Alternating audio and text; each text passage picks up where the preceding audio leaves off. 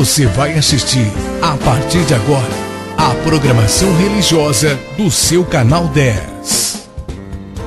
Pois o Deus da montanha é o mesmo do vale, não deixa só, velando está,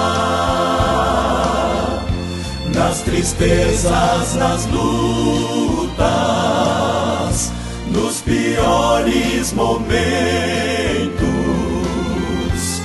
em suas mãos segurando estará. Graças a Deus estamos de volta. E nós estamos em João 16. Quer ler comigo? João 16, versículo 5. Vamos lá. Mas agora vou para junto daquele que me enviou. E nenhum de vós me pergunta: para onde vais? Pelo contrário, porque vos tenho dito estas coisas, a tristeza encheu o vosso coração. Mas eu vos digo a verdade, convém-vos que eu vá, porque se eu não for, o Consolador não virá para vós outros. Porém, se eu for, eu vou-lo enviarei. Até o versículo 7. Veja como que Jesus está explicando a sua volta à casa do Pai. Lugar que hoje nós chamamos de céu. Porque o céu é um parêntese, você deve saber disso, que o céu é um parêntese dentro da eternidade. Um parêntese para nós, para os que já morreram em Cristo, os que morreram em Cristo. É um parêntese porque o céu vai descer à terra, estará o trono de Deus com os homens para sempre. Apocalipse 21. E esse novo céu e nova terra cá em nós, porque é novo, mas é o mesmo.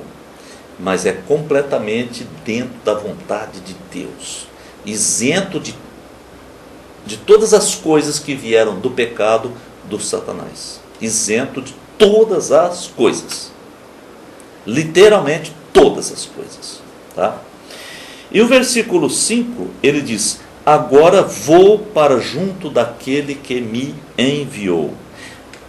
Porque Jesus estava voltando para o lugar de onde ele havia vindo. Preste atenção, algumas pessoas têm ensinado que Jesus foi um homem tão evoluído que ele chegou ao ponto de perfeição. Mentira. Mentira. Mas uma mentira bonita, né? Bonita, brilhante. É uma mentira cheia de brilho, de luzes. Mas é mentira. Jesus não evoluiu. Jesus não evoluiu. Jesus é o Filho de Deus que desceu à terra para viver com os homens. Portanto, ele se diminuiu. Em Filipenses diz que ele se tornou como um de nós, menos no pecado. Então ele se diminuiu para se tornar como um de nós. E quando ele voltou, ele simplesmente voltou para o lugar que eternamente era dele, junto do Pai. Isto é, o céu. E ele diz que precisava voltar. Está no versículo 7, que ele precisava voltar. Aí vamos ver, antes do 7, vamos ver o 6. Depois nós vamos descobrir por que ele precisava voltar. E no 6 diz que porque ele estava dizendo essas coisas, porque ele estava dizendo que precisava voltar para junto do Pai, o que aconteceu? Marca aí no versículo número 6. O que aconteceu com os discípulos? A tristeza encheu o coração dos discípulos. A tristeza encheu os seus corações. Era uma despedida. E não é uma despedida tão comum, não. Era uma despedida um pouco diferente. Mais forte do que uma despedida entre parentes, de uma mãe ou de um filho. Essa despedida aqui foi muito difícil para os discípulos. Muito difícil. Porque eles conviveram 3 anos, mas de uma forma muito bem vivida, de uma forma muito intensa, de uma forma muito verdadeira. E quando Jesus chamou esses homens, dentre os discípulos, ele chamou os 12 apóstolos, esses homens foram tratados por Jesus. Eles ficaram 3 anos sendo discipulados, verdadeiramente discipulados. E você sabe que um discipulado significa não só um treinamento, como uma correção da alma. Uma mudança muito grande. Pedro já não era mais o mesmo, André já não era mais o mesmo, João já não era mais o mesmo. Tanto é, só para citar um caso de João, que é o discípulo amado, eles foram numa determinada cidade, uma aldeia samaritana, essa cidade não quis receber Jesus. E João disse: Senhor, se o Senhor permitir, a gente pede fogo do céu para queimar tudo, acabar com tudo, matar todo mundo. Veja bem, ele era violento. E Jesus disse: não, vocês não sabem de que espírito vocês são. Que isso? Eu não vim para queimar ninguém, para matar ninguém. Eu vim salvar. No dia do juízo, sim, aí o julgamento. Mas eu vim salvar todo que crê. E todo mundo tem oportunidades iguais. No final, João já era outro homem. Então, isso, quando ele se despediu, foi uma tristeza terrível para eles. No versículo 7, então ele explica por que ele precisa voltar para junto do Pai. Leia comigo de novo o versículo 7. João 16, 7. Leia de novo. Mas eu vos digo a verdade. Convém-vos que eu vá, porque se eu não for, olha aqui a explicação. Porque se eu não for, o Consolador, que é o Espírito Santo, o Consolador não virá para vós outros. Se, porém, eu for, eu vou-lo enviarei. Aqui nós vamos entender uma coisa tão interessante. Porque Jesus, tendo sido feito homem, não poderia ser falso. Isso não poderia ser uma coisa falsa. Ele foi feito homem mesmo. Isso é uma realidade. Deus não faz de conta. Não. Deus é real. O que ele faz é real, não é virtual. Tem gente que pensa que Jesus é meio virtual, né? Não, muito real. E se Jesus fosse permanecer na terra, ele obrigatoriamente, por causa da realidade, da verdade, ele deveria ficar velho, como todo homem, e depois morrer. E ser sepultado como todo homem. E iria acontecer essas coisas. Mas não era o plano de Deus isso. Não era assim que Deus queria. Desde a concepção foi extraordinário. A morte foi extraordinária. E a ressurreição. Então, ele voltou para o Pai. E o homem na terra ficaria sem ninguém? Não pode. Ninguém suportaria servir a Deus sem o poder do Espírito Santo. É impossível, porque o espírito maligno tem muito mais força do que a carne humana, a mente humana, ou o desejo humano. A guerra, a batalha é espiritual. Então ele diz: se eu não for, o espírito não virá. E o espírito, como não tem corpo, não é humano como nós. Só para a gente entender, claro, é uma linguagem nossa. Isso é uma linguagem nossa. Só para nós entendermos. Então o Espírito Santo não morre, não envelhece, etc, etc. E ele pode estar conosco todos os dias. Há 2000 anos já está. E ele ficará até a volta de Jesus. O ministério do Espírito Santo, o principal, é o que nós já lemos, que ele vai fazer o nome de Jesus conhecido. Está no capítulo 15, versículo 26. O Espírito que procede do Pai, esse dará testemunho de mim. Como vocês dão testemunho de mim, o Espírito Santo vai fazer isso também. Vai dar testemunho de mim. E agora, no capítulo 16, versículo 7, Jesus dizendo: se eu não morrer, se eu não voltar para o Pai, o Espírito Santo não poderá vir. Isso é um planejamento de Deus. Isso não é plano humano. Não é o desejo do homem. Não é o pedido do homem ou uma ordem do homem. Isso é planejamento de Deus. Nós planejamos o que vamos fazer com a boiada.